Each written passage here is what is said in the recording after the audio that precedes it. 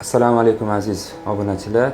Navbatda bemorimiz Qashqadaryo viloyatidan 11 yosh, bundan 9 oy oldin ikki tomonlama eshik pasayishi bilan shikoyat qilib kelgan ota-onasi bilan va biz chap tomonlama endoskopik timpanoplastika jarroh amaliyotini bajarganmiz.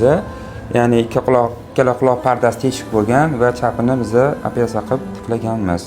Demak, operatsiya quloqning ichidan endoskopiya yordamida quloqni qasddan kesmasdan qilingan. Mana ko'rishingiz mumkin.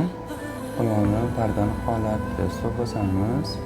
Demak, ahamiyatli joyi mana bu katta teshigi bor edi. O'sha teshigini biz tog'ay va tog'ay pardasidan parda yasab qo'yib yamaganmiz. Hozir holati yaxshi, parda butun tiklagan. Saida, eshik yaxshilandimi? Ha. Oldin past eshitarmiding? Ha. Hozir qaysi taraf yaxshi, chapmi, o'ngmi? Chap taraf. Chap tarafi. Ahamiyat beramiz. Ikkala quloqda ham teshik bo'lgan pardasi, chapini operatsiya qilib tiklaganmiz. Hozir mana ko'rdilar, chap tomon butun.